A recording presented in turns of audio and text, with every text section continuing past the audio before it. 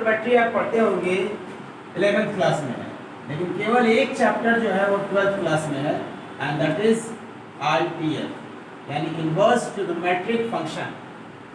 Inverse trigonometric function ये आपका 12th में है, बाकी पूरा का पूरा ट्रिग्नोमेट्री कहाँ है?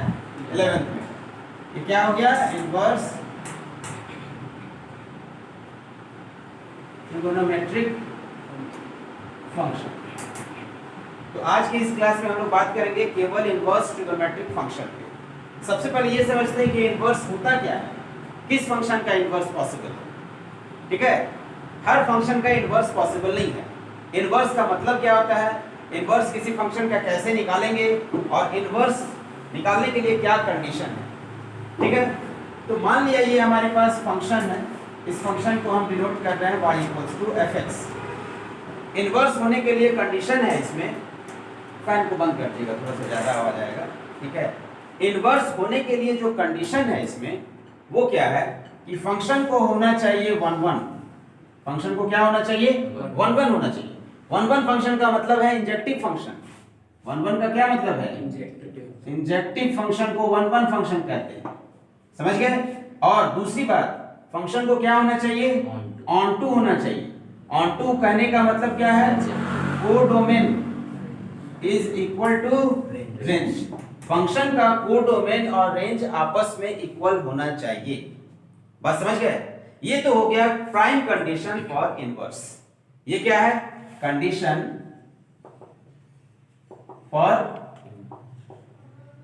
इनवर्स। ये इनवर्स होने के लिए कंडीशन है। क्लियर। अब दूसरा बात यहां पे देखिए कि इनवर्स होने के लिए ये कंडीशन हो गया। अब दूसरी बात कि जो जिस फंक्शन का इनवर्स पॉसिबल है उस फंक्शन को कहते हैं इन्वर्टिबल फंक्शन।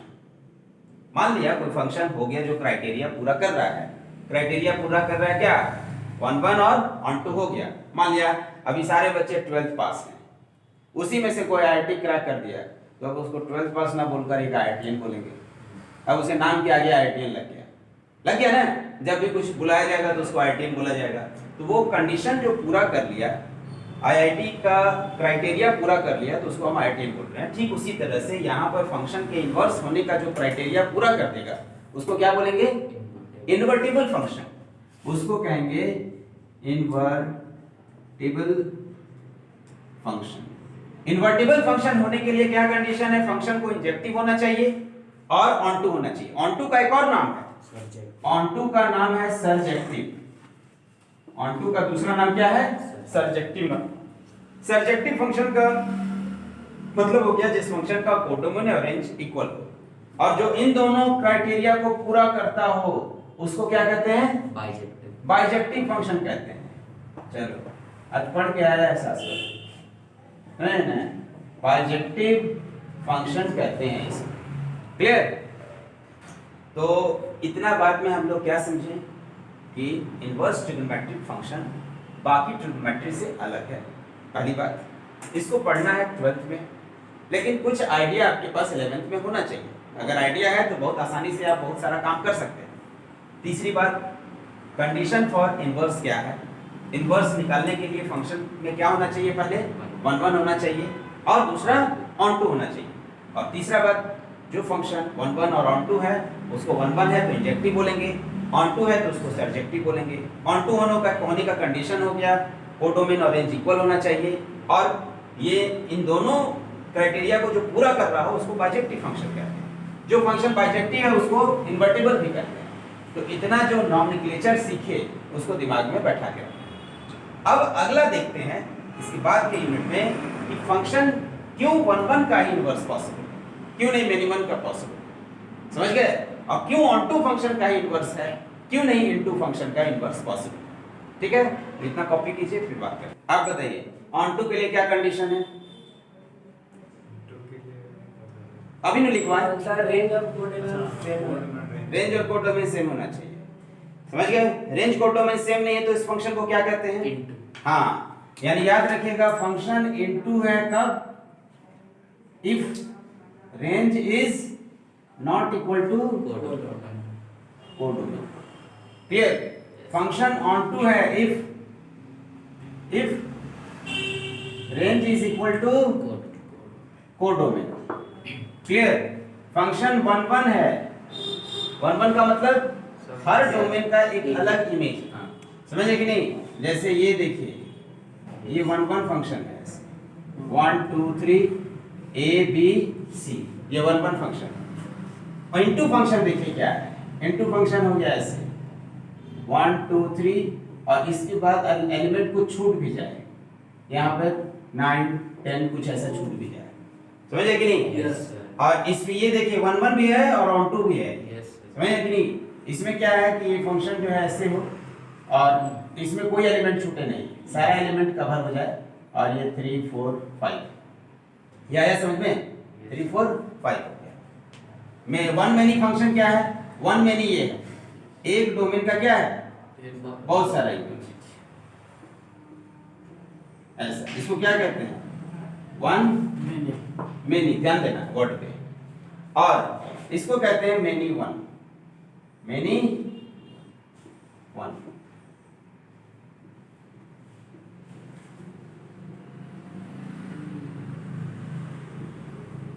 मेनी वन समझ में आ गया ना? कोई दिक्कत? कोई प्रॉब्लम? ठीक है। पुराने समय में ऐसा था कि एक आदमी बहुत सारी लड़कियों से शादी कर सकता था, ठीक है ना? और ऐसा नहीं था कि एक लड़की जो है बहुत सारे लोगों से शादी कर सके। पुराने समय में ऐसा कल्चर था, ठीक है ना? तो ये देखिए, प्रैक्टिकली समझिए इस बात को। वन मैनी कहने का मतलब है एक इनपुट का बहुत सारा आउटपुट। मैथमेटिक्स कहता है कि ऐसा मशीन पॉसिबल नहीं है, यानी this function does not exist. ये फंक्शन क्या होगा? एग्जिस्ट नहीं करेगा, डज नॉट एग्जिस्ट। फंक्शन का मतलब है प्रैक्टिकल मशीन। समझे? फंक्शन का क्या मतलब है? Practical machine. मान लिया हम मशीन खरीद कर लाए, कुछ हुआ नहीं तो हम लोग सोचे कि चलो भाई बिजनेस करते हैं, और एक मशीन खरीद कर बाबूजी दे दिए। अब बोले कि जाओ बेटा बिजनेस करो, अब शहर में अपना एक दुकान है, ठीक है, और वहां से बिजनेस शुरू करो। और आप एक मशीन खरीद कर लाए, इसमें गेहूं डालने पे आपको आटा मिल रहा है, चना डालने पे मैदा मिल रहा है, फिर कुछ और डालने पे कुछ और मिल रहा है। तो क्या ऐसा पॉसिबल है कि गेहूं डाले उसी समय मैदा, सत्तू, बेसन सब कुछ निकलने लगे? एक इनपुट का एक ही आउटपुट होगा। मान लिया आप मोबाइल करते हैं, और मोबाइल में अगर एक बटन है तो एक बटन का ऑपरेशन जो होगा, जिस समय दबा रहे हैं तो वो उसी ऑपरेशन को अंजाम देगा। हाँ, ये बात अलग है कि ऑफ और ऑन बटन एक ही है, लेकिन जिस समय ऑफ हो रहा है उस समय ऑन नहीं होगा, और जिस समय ऑन हो रहा है उस समय ऑफ नहीं होगा। बात समझ गए कि नहीं? एक टाइम पे एक ही काम करेगा। टेक्नोलॉजी कितना भी आगे क्यों ना बढ़ जाए, ऐसा कभी नहीं पॉसिबल होगा कि ऐसा हाइब्रिड बाइक बन गया या इंपोर्टेड बाइक है जो एक टाइम पे दो वेलोसिटी दे रहा है। ऐसा पॉसिबल नहीं है। एक टाइम पे दो वेलोसिटी दे रहा है तो पहिया अलग अलग नहीं हो जाएगा? होगा? कभी नहीं होगा। यानी एक डोमेन का एक ही इमेज होगा, एक डोमेन का बहुत सारा इमेज नहीं हो सकता है।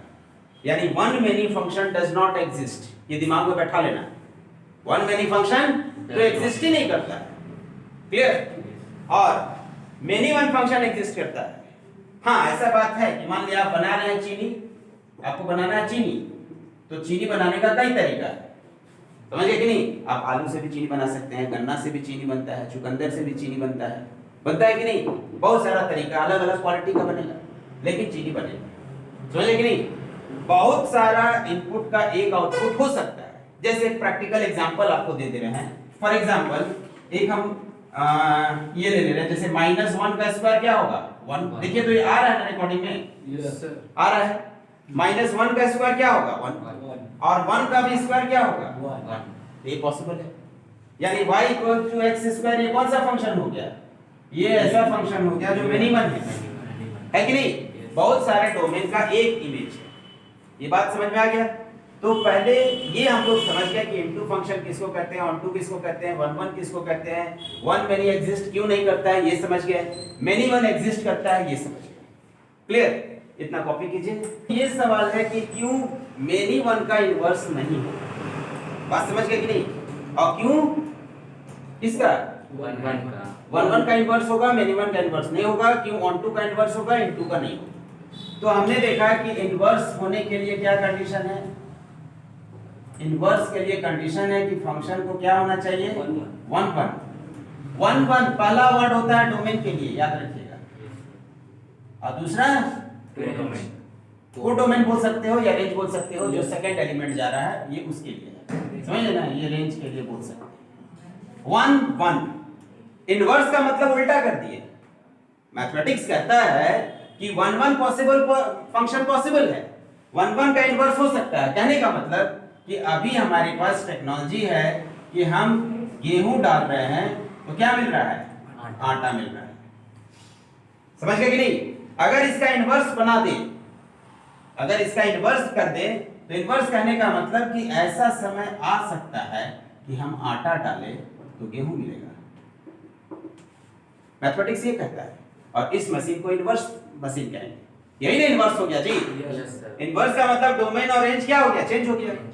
जो डोमेन था वो रेंज है, तो इनवर्स हो गया ये मशीन।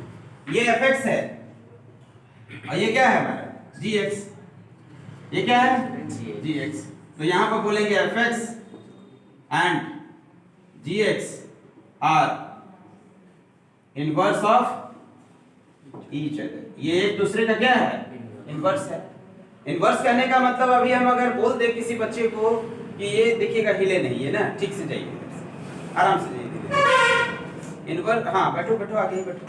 इनवर्स अगर हम बोल दे कि किसी एक बच्चा दूसरे का इनवर्स है, तो हर काम उल्टा करेगा कि नहीं, वो आएगा तो वो जाएगा, वो क्लास आ रहा है तो दूसरा बच्चा जा रहा है, बात समझ गए कि नहीं, हर काम उल्टा। तो ये देखिए उल्टा हो गया कि नहीं। एक मशीन के लिए उल्टा हो जाए तो क्या मतलब है कि डोमेन और रेंज चेंज हो गया। तो यानी 1 1 को इंटरचेंज किए तो 1 1 रहेगा, कोई दिक्कत नहीं।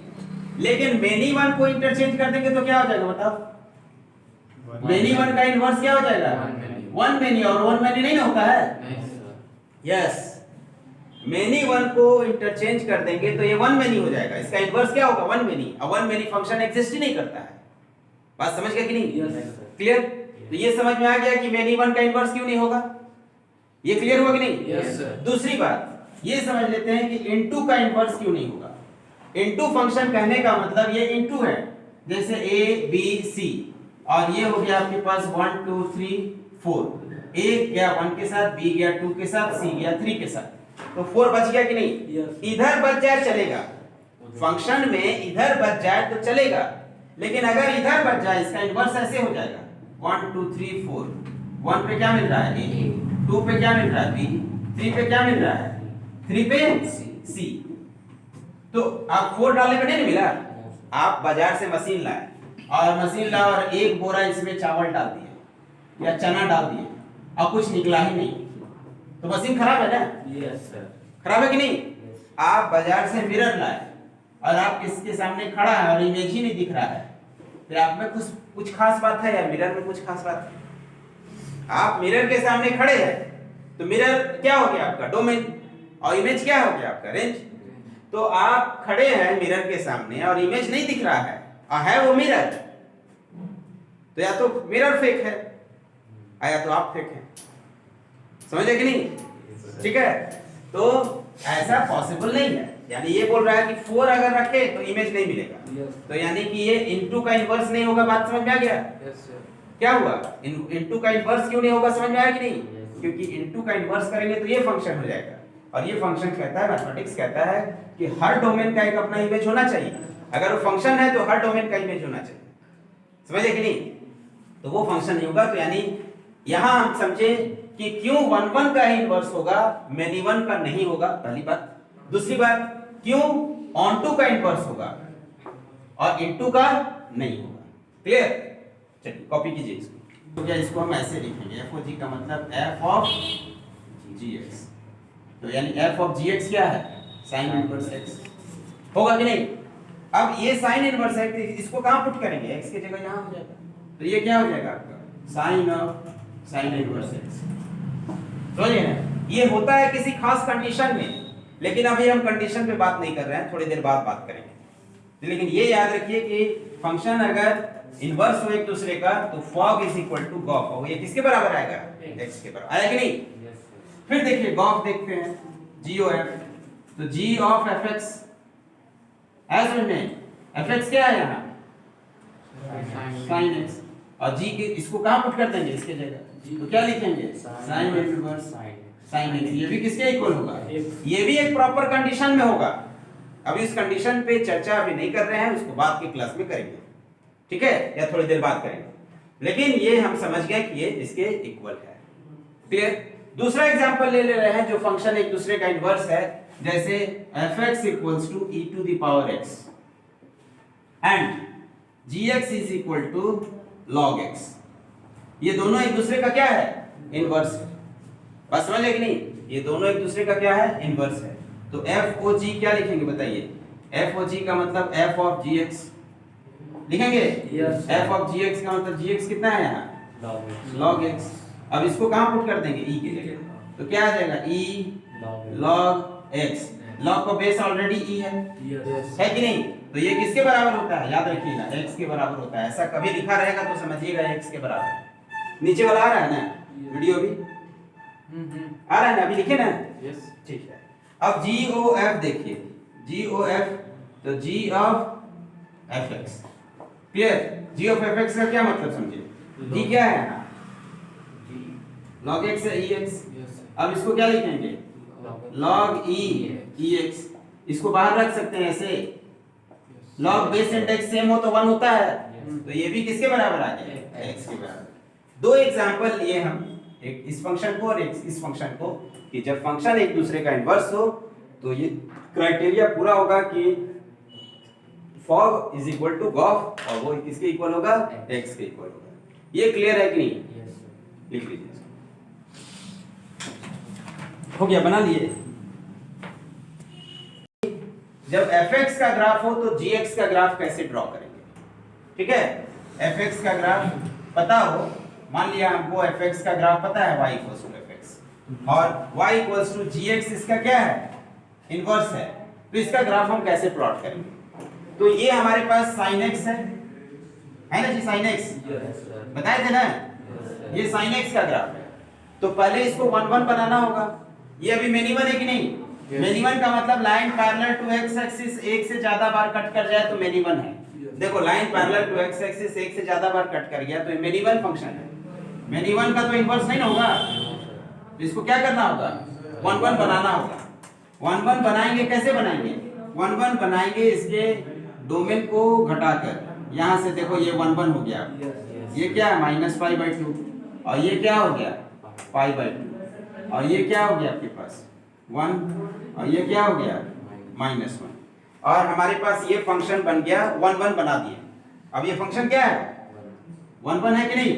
और 1 1 का ही इनवर्स हमारे पास gx है, तो हम देखते हैं कि sin इनवर्स x का ग्राफ बनेगा कैसे। अभी भी ये किसका ग्राफ है? sin x ही है। ये किसका ग्राफ है? y equals to sin x है। तो इसका इनवर्स बनाने के लिए हम क्या करते हैं? पहले इस ग्राफ को एक पेज में बना लेते हैं ऐसे,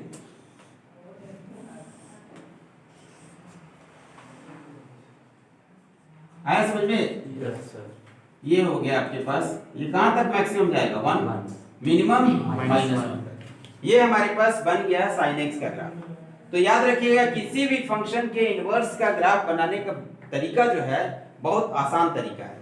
आप बस पेज को क्या कर दीजिए? पलट दीजिए पहले। तो यानी फर्स्ट स्टेप क्या है? फर्स्ट स्टेप है please turn over the page. Clear? पहला। दूसरा स्टेप है कि 90 डिग्री क्लॉकवाइज रोटेट कर दीजिए। रोटेट 90 डिग्री क्लॉकवाइज, ऐसे रोटेट कर दिए। यही होगा 90 डिग्री, ऐसे नहीं होगा जी, ऐसे रोटेट कर दिए। यही जो दिख रहा है ना ग्राफ, यही है sin इनवर्स x। ये किसका ग्राफ दिख रहा है? देखो,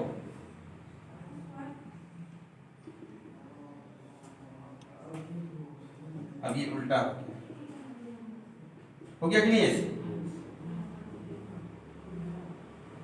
बहुत पावरफुल मेथड है और कहीं नहीं मिलेगा ये मेथड। समझा गया ना?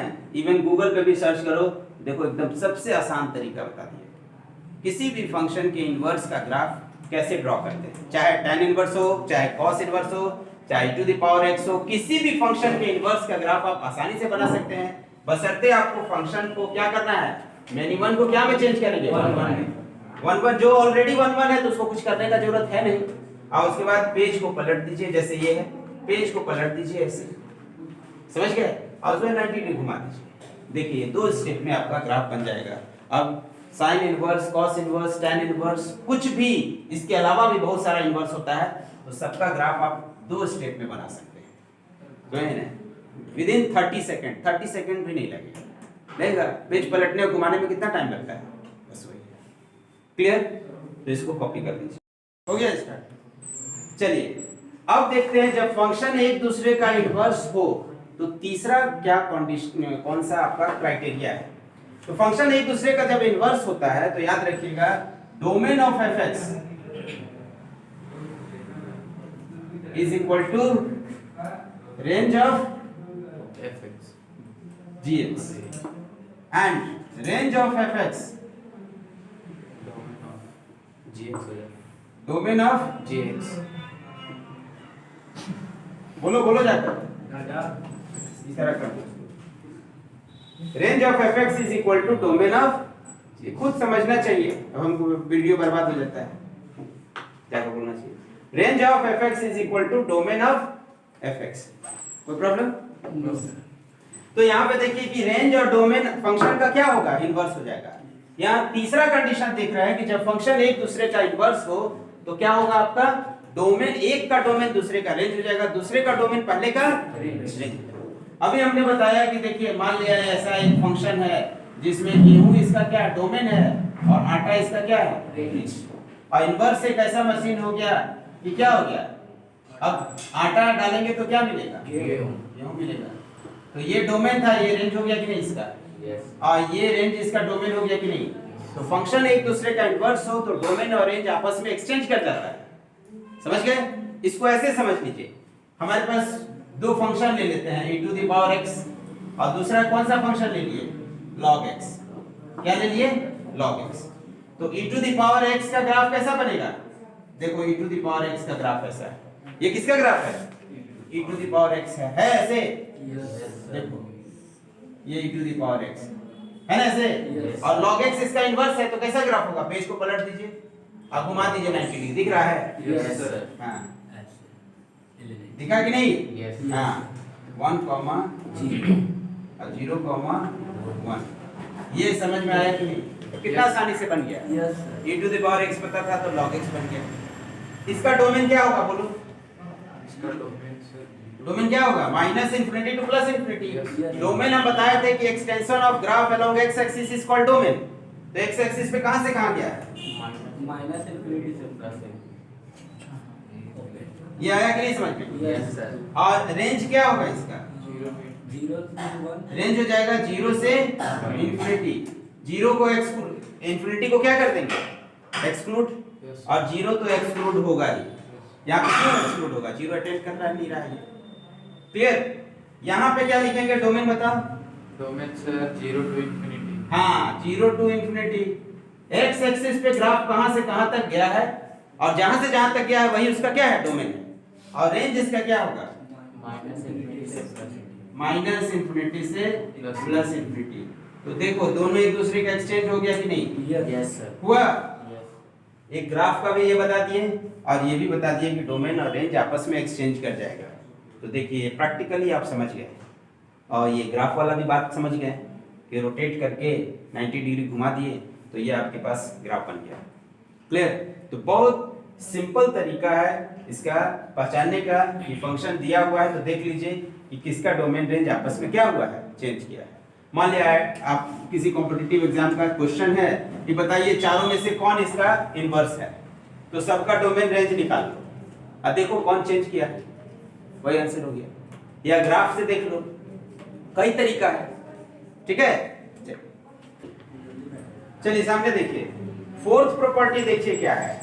If fx and gx are inverse of each other, दोनों एक दूसरे का अगर इनवर्स है तो ध्यान दीजिएगा यहाँ पर, मान लिया y इक्वल्स टू ex ले लिए और y इक्वल्स टू क्या ले लिए, log x। ex का ग्राफ कैसा है, यही है ना, कहाँ से पास करेगा, 0,1 से ऐसे। इंक्रीजिंग फंक्शन है, ये कौन सा फंक्शन है, इंक्रीजिंग फंक्शन है।